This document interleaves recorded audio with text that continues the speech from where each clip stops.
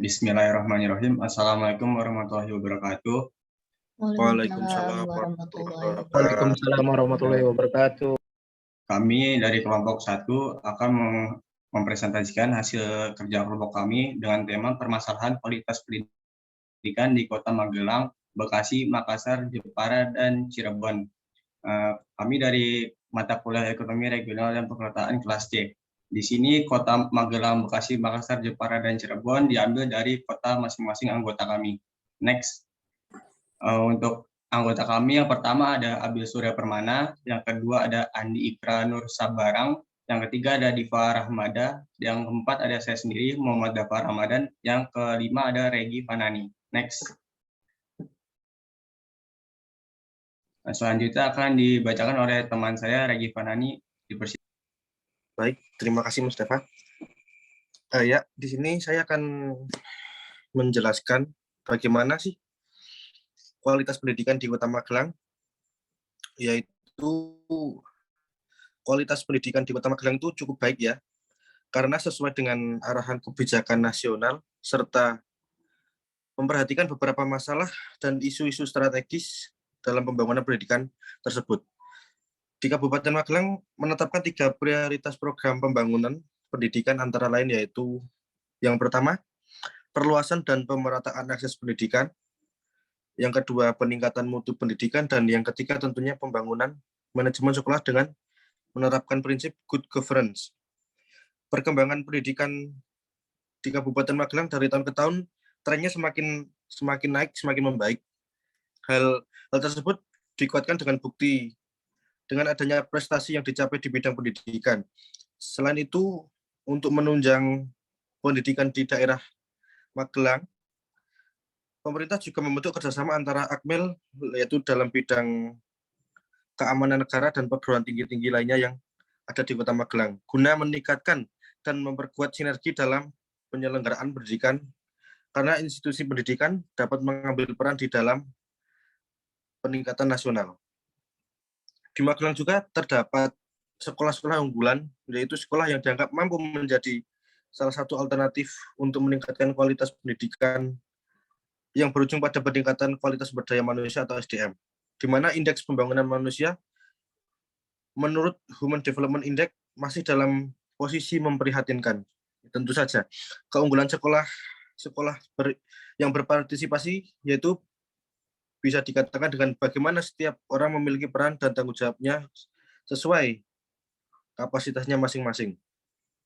Secara seksama ditemukan potret gradasi sekolah sebagaimana diterapkan berikut, yaitu sekolah yang efektif, yaitu yang berada di wilayah strategis, misal kota, di tengah kota misal, di tengah kota dengan ekspektasi yang cukup tinggi dari berbagai kalangan, tentu saja, dan kepemimpinan yang profesional serta prestasi akademik yang baik, namun tidak memiliki ketercukupan sarana dan prasarana. Yang B, sekolah efektif berada di wilayah kurang strategis, memiliki ekspektasi tinggi, memiliki kepemimpinan profesional, tentu saja dengan sertifikasi guru-guru pengajar yang baik dan benar, serta berprestasi akademik yang cukup baik, dan memiliki ketercukupan sarana dan prasarana. Yang C, sekolah yang kurang efektif yaitu berada di wilayah kurang strategis, ekspektasi tinggi, kepemimpinan kurang profesional, prestasi akademik cukup baik, memiliki ketercukupan sarana dan prasarana. Biasanya kalau yang C ini terletak di daerah pinggir-pinggiran kabupaten ya, tidak termasuk dalam kota. Dan yang keempat ya, yang D, yaitu sekolah yang kurang efektif, berada di wilayah strategis, ekspektasi tinggi, kepemimpinan kurang profesional, prestasi akademik yang cukup baik, namun tidak memiliki ketercukupan sarana prasarana. Biasanya daerah ini terletak di daerah agak pelosok gitu ya, seperti di pegunungan mungkin. Selain itu, kelebihan terdapat beberapa kekurangan kabupaten dalam mengembangkan kualitas pendidikan seperti sarana pendidikan yang tidak merata, masih banyak murid dan guru yang kekurangan peralatan sekolah dan tempat yang memadai, bahkan fasilitas kebanyakan tenaga pendidik bekerja di daerah perkotaan, sehingga yang berada di daerah pinggiran atau di daerah kabupaten itu notabene adalah guru yang berkualitas, kurikulumnya bersifat teoritis, seperti itu. Terima kasih.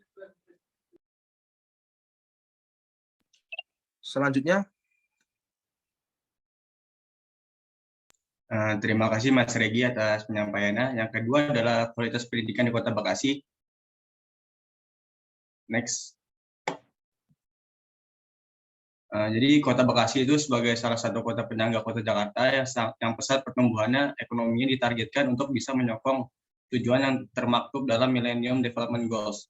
Menurut data yang terdapat di Jabar Kota Bekasi dari tahun 2008 hingga 2011, tingkat perolehan kualitas IPM-nya senantiasa mengalami peningkatan. Kota Bekasi mencapai peningkatan hingga 75,73% dalam hal pencapaian target IPM atau Indeks Pembangunan Manusia.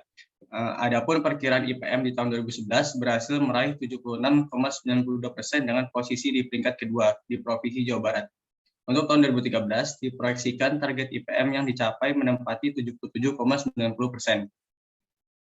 Di sektor pendidikan, indeks Kota Bekasi berhasil meningkat 88,28% sebagai realisasi dari tahun 2008. Dan di tahun 2011, peningkatan indeks pendidikan mencapai 89,84% dan realisasi sebesar 90,62% diraih pada tahun 2013. Berdasarkan indeks angka kumulatif yang diperoleh tersebut, kita menyadari bahwa besaran skor IPM Kota Bekasi masih rendah. Dan permasalahan-permasalahan ini antara lain, yang pertama adalah masih minimnya tingkat partisipasi pendidikan, yang kedua persoalan pendidikan dan efisiensinya, yang ketiga keefektifan pendidikan, dan yang keempat relevansi dari pendidikan. Dalam masalah pendidikan seperti ini ada kaitan yang erat dan dengan kurangnya pemahaman orang tua tentang keutamaan pendidikan, kondisi ekonomi, dan permasalahan fisik dan psikis yang dialami oleh calon pelajar di Kota Bekasi. Selain itu, keterbatasan infrastruktur dan jangkauan lokasi juga menjadi masalah. Pemerintah Kota Bekasi, program kerja bidang pendidikan yaitu telah disusun meliputi 3 sasaran. Yang pertama adalah pemerataan dan perluasan akses pendidikan serta peningkatan mutu. Yang kedua adalah relevansi dan daya saing kelulusan, penguatan tata kelola. Dan yang ketiga, serta citra publik terhadap pendidikan. Program itu merupakan perwujudan misi pemerintah Kota Bekasi di bidang pendidikan, yaitu menuntaskan wajib belajar pendidikan 9 tahun. Salah satu harapannya adalah tidak terdapat lagi anak usia sekolah yang tidak mampu sekolah. Tetapi nyatanya masih banyak anak-anak usia wajar Dikdas atau bidang pendidikan dasar yang tidak dapat mengenyam pendidikan. Nah, dalam slide ini ada tabel tentang fluktuasi APM wajar Dikdas. Dapat dilihat pada tabel di atas, pada tabel tersebut, meskipun APM atau angka partisipasi murni wajar Dikdas di Kota Bekasi terbilang tinggi, namun fluktuasi APM menunjukkan pelayanan pendidikan dasar di Kota Bekasi yang sasarannya adalah pemerataan dan perluasan akses pendidikan masyarakat belum terrealisasi secara normal. Hal ini terbukti dan masih terdapatnya anak usia sekolah yang tidak dapat mengenyam pendidikan dasar dengan berbagai alasan, yaitu diantaranya karena anak usia sekolah tersebut tidak dapat menuntaskan program wajib belajar atau tidak dapat melanjutkan pendidikan ke jenjang SLTA. Next, berdasarkan data Disdik tahun 2013 dan Lakip Kota Bekasi tahun 2014, penyebab dari belum optimalnya pendidikan di Kota Bekasi adalah minimnya penganggaran APBD dalam pelayanan pendidikan. Dalam tabel ini ada alokasi anggaran APBD pendidikan Kota Bekasi tahun 2012 sampai 2013. Dari tabel tersebut dapat dilihat bahwa alokasi anggaran APBD untuk bidang pendidikan pada 2013 lebih kecil dibanding dengan tahun 2012. Seperti yang kita ketahui bahwa peningkatan kualitas pendidikan harus disertai dengan kecukupan anggaran. Tetapi yang terjadi meskipun pemerintah Kota Bekasi ingin meningkatkan kualitas pendidikan, namun anggarannya nggak cukup atau tidak memadai. Dan sarannya ke depan diharapkan agar pemerintah Kota Bekasi dapat memberikan anggaran sesuai agar realisasi peningkatan kualitas pendidikan di Kota Bekasi dapat terpenuhi dan agar para pelajar dapat melanjutkan pendidikan mereka dan dapat memberikan infrastruktur yang layak agar para pelajar bersemangat dalam bersekolah. Next. Dan selanjutnya akan dibacakan oleh teman saya. Ya, selanjutnya saya akan menjelaskan tentang pendidikan yang ada di Kota Makassar. Nah, di era tahun 70-an, Makassar menjadi sentra tujuan pendidikan di Pulau Sulawesi, Nusa Tenggara, Maluku, dan Papua. Bahkan sebagian Kalimantan, rata-rata penduduk di pulau-pulau ini menjadikan Kota Makassar sebagai orientasi mereka belajar, mengais ilmu pengetahuan. Namun, memasuki era tahun 2000-an, pendidikan di Kota Makassar mengalami penurunan yang cukup drastis. Menyebut Kota Makassar, tentu saja Sulawesi Selatan menjadi karakter menilai standar mutu pendidikan. Setelah melakukan berbagai penelusuran, berikut merupakan penyebab dari menurunnya kualitas pendidikan di Makassar. Yang pertama, terjadi stagnasi proses belajar mengajar. Yang kedua, fokus perhatian pemerintah daerah lebih mengarah pada pembangunan sarana dan prasarana sebagai bagian daripada infrastruktur. Yang ketiga, anggaran pendidikan yang relatif kecil jika dibandingkan ke pekerjaan umum.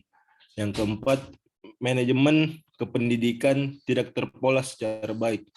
Yang kelima, kualitas guru juga dosen dalam beberapa orang maupun kelompok orang punya potensi luar biasa dan sangat cerdas.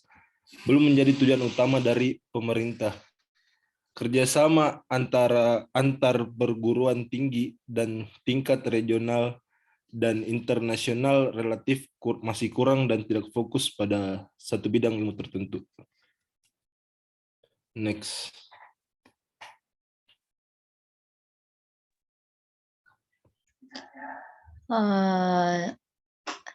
Sebagai sebuah daerah di Jawa Tengah, Kabupaten Jepara ternyata masih memiliki tingkat pendidikan masyarakat yang rendah. Di Jepara, sesuai dengan Indeks Pembangunan Manusia atau IPM, tingkat pendidikan warganya hanya berkisar 7 tahun. Artinya masyarakat Kabupaten Jepara rata-rata hanya mengenyam pendidikan selama 7 tahun saja, atau kelas 7 di sekolah menengah pertama atau SMP. Hal ini seperti yang disampaikan oleh Hadi Prianto, Ketua Yayasan Kartini Indonesia, memberikan pernyataan tentang masalah pendidikan di Kabupaten Jepara. Tingkat pendidikan masyarakat Jepara sejak 2 tahun terakhir memang hanya berkisar hingga 7 tahun.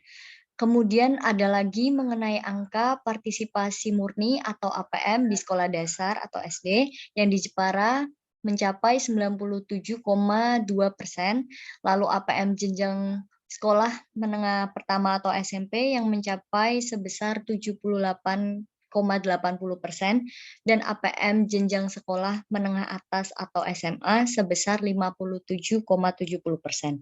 Selain itu, tingginya angka dispensasi menikah yang ada di Kabupaten Jepara juga menunjukkan bahwa remaja di Jepara ada yang banyak tidak menuntaskan pendidikan di sekolah. Kejadian hamil di luar nikah atau nikah muda membuat angka putus sekolah juga banyak. Di Jepara, anak-anak muda usia sekolah jumlahnya cukup banyak yang mengajukan dispensasi pernikahan ke pengadilan agama. Dispensasi menikah wajib diajukan oleh seorang remaja putri yang berusia antara 14 sampai 15 tahun saat akan menikah. Sedangkan untuk remaja putra diwajibkan mengajukan bagi mereka yang berusia 16 sampai 18 tahun saat akan menikah. Permohonan ini disampaikan ke pengadilan agama sebagai syarat agar pasangan yang berusia di bawah umur bisa menikah. Pada tahun 2016, untuk dispensasi menikah, angkanya ada 120 pengajuan. Sedangkan pada tahun 2017, kisarannya juga masih di atas 100 pengajuan. Sedangkan pada tahun 2018 ini diketahui sudah ada puluhan dispensasi yang diajukan. Karena melihat pentingnya peranan pendidikan dalam pembangunan bangsa, pemerintah telah melakukan berbagai upaya untuk terus-menerus meningkatkan layanan pendidikan yang merata dan berkualitas bagi segenap anak bangsa melalui berbagai program dan kegiatan pembangunan bidang pendidikan antara lain perluasan akses dan pemerataan pendidikan, peningkatan mutu dan relevansi pendidikan, dan peningkatan manajemen pelayanan pendidikan. Kesungguhan pembangunan pendidikan sampai dengan pertengahan 2017 telah berhasil meningkatkan taraf pendidikan penduduk Indonesia. Perkembangan ini antara lain ditunjukkan dengan penurunan angka putus sekolah atau APTS dari 0,1% pada tahun 2012 menjadi 0,04% di tahun 2016 untuk tingkat SD atau MI. Kemudian untuk tingkat SMP, MTS sederajat, angka putus sekolah menurun dari tahun 2012 sebesar 1% menjadi 0,10%. Sedangkan angka aksara penduduk usia 15 tahun ke atas sebesar 94,3%. Serta meningkatnya angka partisipasi kasar atau APK dan angka partisipasi murni atau APM pada semua jenjang pendidikan. APM SD, MI sederajat selama kurang waktu 3 tahun terakhir, 2014 sampai 2016, telah terjadi penurunan capaian APM dari 97,76% menjadi 89,63%. Hal ini berarti bahwa terdapat 89,63% penduduk yang berusia 7-12 tahun yang bersekolah di SD atau MI. Sedangkan tingkat capaian APK SD Kabupaten Jepara pada tahun 2016 sebesar 110,30%, menunjukkan bahwa terdapat 10,30% penduduk yang tidak berusia 7-12 tahun yang bersekolah di SD. Kemudian APK SMP MTS sederajat menunjukkan perkembangan yang fluktuatif dengan tren menurun. Pada tahun 2012, APK SMP atau MTS sebesar 79,45%, meningkat pada tahun 2014 menjadi sebesar 95,44%, dan menurun menjadi sebesar 84,52% di tahun 2016. Sedangkan pada tahun 2012, APM SMP atau MTS sederajat sebesar 69,83% dan meningkat menjadi 79,26% pada tahun 2016. Meskipun demikian, dengan APM SMP atau MTS yang sebesar 88,73% masih perlu diupayakan peningkatan pemerataan pendidikan. Karena kondisi itu menunjukkan bahwa sekitar 10,74% anak usia sekolah dari umur 13-15 tahun belum mengenyam pendidikan SMP MTS sederajat. Sementara itu, APK SMA atau SMK MA sederajat mencapai sebesar 85,84%, meningkat cukup tinggi jika dibandingkan dengan kondisi tahun 2016 sebesar 74,51%. Sedangkan APM SMA SMK MA atau sederajat pada tahun 2016 mencapai sebesar 57,86. Selanjutnya bisa dilanjutkan dengan Mas Abil.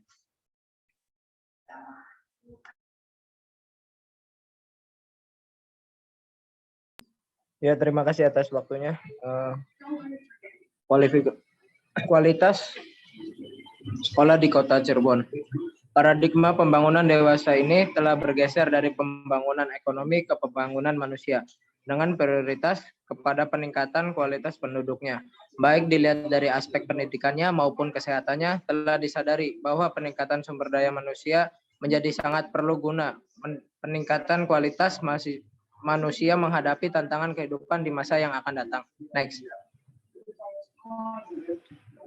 Tersedianya sarana dan prasarana pendidikan di Kota Cirebon merupakan salah satu wujud nyata pembangunan dalam bidang pendidikan. Tahun 2019 sampai 2010, SD berjumlah 160, dengan jumlah guru sekitar 1.886 orang. LTP berjumlah 40, dengan jumlah guru 1.072 orang. Di tingkat SMU terdapat 24 sekolah mempunyai guru lebih dari 831 orang. Di sekolah kejuruan SMK terdapat 17 sekolah dengan jumlah guru 661 orang. Untuk sekolah-sekolah keagamaan di Kota Cirebon tahun 2019 sampai 2010 MI berjumlah 17 dengan jumlah guru sekitar 255 orang. MTS berjumlah 12 dengan jumlah guru 270 orang. Di tingkat MA jumlahnya 6 sekolah mempunyai guru 146 orang. Sekian, terima kasih.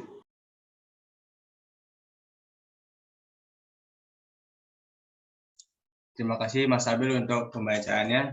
Mungkin sekian itu saja dari kelompok kami. Kurang lebihnya mohon maaf. Wabillahi taufiq wal hidayah. Wassalamualaikum warahmatullahi wabarakatuh. Waalaikumsalam Waalaikumsalam. warahmatullahi wabarakatuh.